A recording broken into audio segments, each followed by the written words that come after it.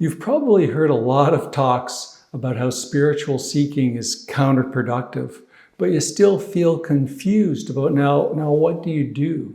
In this talk, I aim to unravel this confusion. Stick around till the end, where I'm going to explore the key to unlocking enlightenment without seeking. There's a Zen story that beautifully points to the paradox of spiritual seeking. A Zen student goes to a temple and asks, how long will it take to gain enlightenment? 10 years, says the Zen master. Well, how about if I strive and try really hard and double my effort? The student asks. 20 years, comes the reply.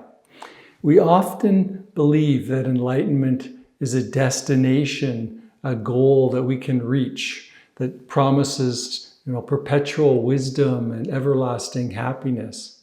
I too once held this belief, only to discover it was a major hindrance or obstacle to actual awakening. I discovered that the more I chased enlightenment, the more it eluded me. Throughout our lives, we chase many things. We chase wealth, we chase fame, relationships, social validation, status. And we only find that we get some kind of temporary satisfaction from this. And then it fades and we return to this sense of unease and discontentment. Eventually, after we've exhausted all this, we might turn to meditation or enlightenment, viewing this as possible the path to our ultimate happiness. But this just becomes another elusive desire, another trap. It's a trap set by the ego seeking fulfillment in the world, in worldly pursuits. Eventually, the idea of a person seeking enlightenment starts to fade, and this is key. It starts to reveal this illusion of a separate self that can attain enlightenment. What remains after this is an impulse for enlightenment, but it comes from wholeness, not from the egoic self. It's an aspiration for awakening that stems from, you could say, spirit itself. This is an impulse of consciousness to become self-aware. So it's not driven by any sense of personal improvement. I studied under so many different teachers, studied texts like you wouldn't believe, explored many different methods, but I really felt like I was getting nowhere. My approach was heavily intellectual. And whenever my spiritual experiences contradicted my intellectual understanding, I would switch teachers. I would even switch traditions in search of a more profound or enduring experiences. I lived among monks. I went to countless meditation retreats. I traveled around the world looking for new teachers. Yet I failed to see that I was kind of trapped by this idealized notion of enlightenment, was still bound by my egoic self. I pursued spiritual practices in hopes of finding happiness through acquiring spiritual experiences. And this pattern of seeking fulfillment in this way is common. Even though we might know about this tendency, it's natural for it to persist anyway. We keep trying, seeking, even though we know it doesn't work. Remember that trying not to seek is also just another form of seeking. So it's another trap. So what do we do? Transformative realizations may occur over time, but the ego often jumps in, grasps the feeling of achievement. And it's crucial to realize that these realizations are meaningful only in terms of how much of the ego gets let go of. The paradox lies in the fact that within the concept of the self, there's an inherent sense of insufficiency that leads to a continuous seeking for betterment. Often triggered by events like a midlife crisis or some kind of trauma, the self starts seeking spiritual stuff. And this can become the ultimate desire for the ego. And that's neither good or bad, it's just what's unfolding. Trying to eliminate seeking or denying that it's there is just another form of self-delusion. So we can't switch off the seeking. So again, what do we do? The inherent seeking energy cannot be eliminated, right? That's just more seeking. But it can be harnessed and redirected.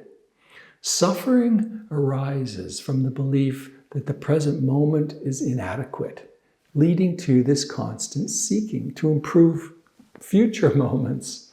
The seeking mindset perpetually seeks fulfillment and happiness elsewhere, outside ourselves, ignoring what's already present within.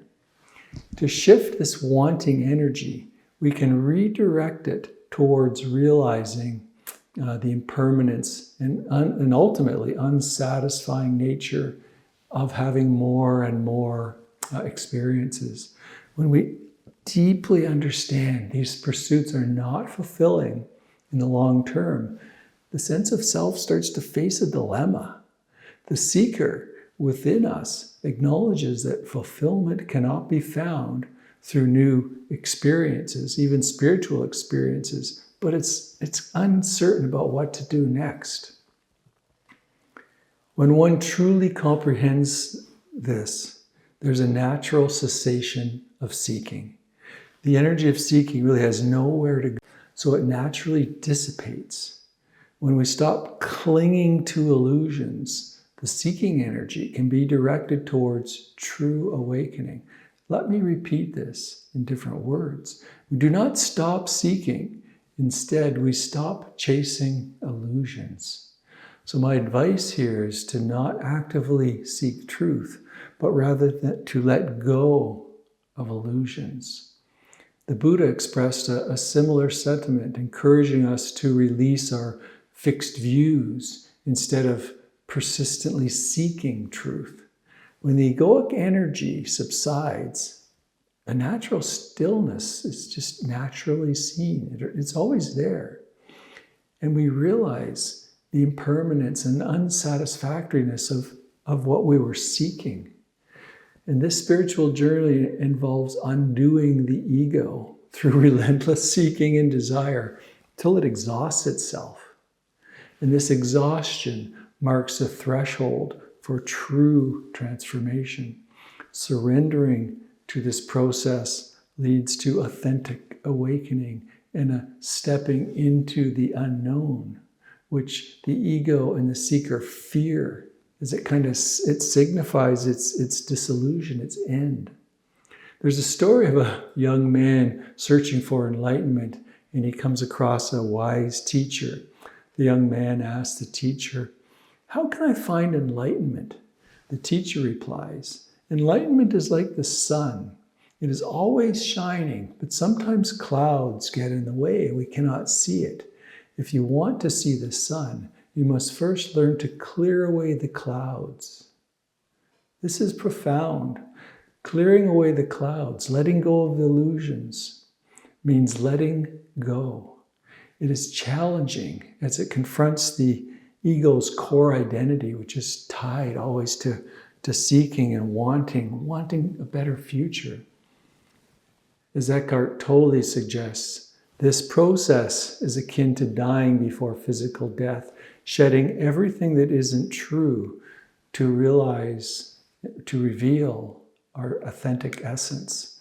It's about deconstructing ourselves down to nothing and leaving only truth. And truth is not something you actively find, but it's something that it's more like you stumble upon it when you let go of illusions, let go of more and more of the egoic self. The culmination of seeking is the realization that what you are looking for is always and already there within you.